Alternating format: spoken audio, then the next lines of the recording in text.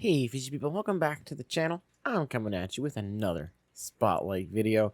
Now today's is one of my all-time favorite invertebrates, an animal that I have kept in my tanks, and that is the bamboo shrimp. The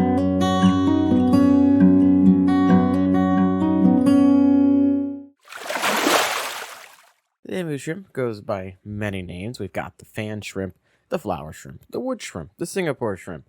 Its Latin name is on the screen now. I believe it's Atyopsis moluccensis. Yeah, that's on the screen. Now, I've only heard of them called the wood shrimp myself, and while it goes by all these different names, they are in fact all the same species.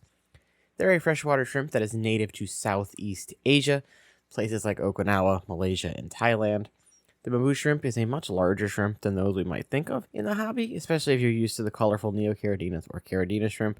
Bamboo shrimp's actually going to get around 3 inches when fully grown, with a lifespan of about 1 to 2 years. One of the cool things about these guys is the way they feed. They fully extend their hands out, and they look like little hand fans, and then just kind of wave them in front of them to collect any organic matter they can to eat, and they just kind of shovel it into their mouths. For the most part, these are a low-maintenance addition to your tank. Just make sure your water quality is clean, and you shouldn't have problems. Tank size-wise, you typically want to keep these in a 20-gallon minimum, slightly longer than taller tank because these guys feed based on water circulation. But if you are stressed for space, they can technically go in a 10-gallon. Might not be the best route to go. Temp-wise, you're looking at a range of 70 to 78 and a pH range of about 6.5 to 7.5.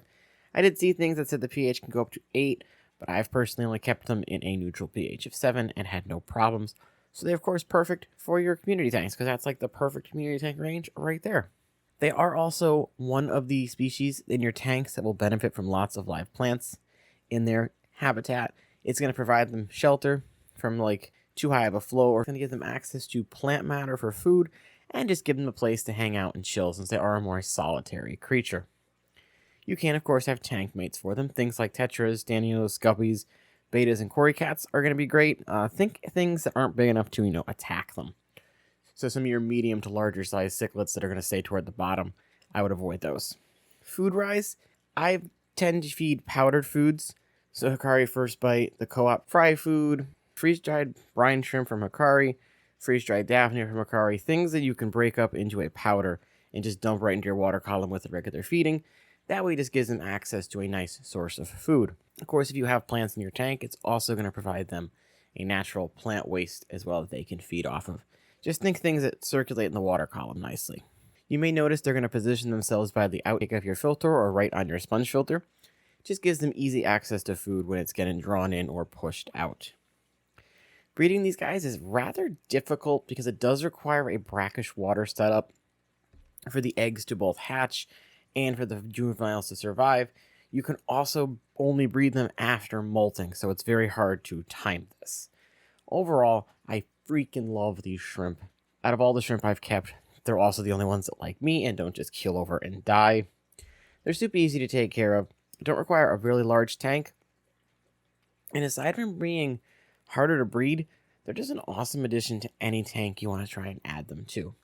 For these reasons, I'm going to give the bamboo shrimp a solid 9 out of 10. As always, thank you all so much for the support on the videos. If you did enjoy this, make sure to hit the like button. Leave a comment down below. Let me know if you've kept these guys before, if you want to keep them, if you've thought about it and just never did. And I'll see you guys in the next one.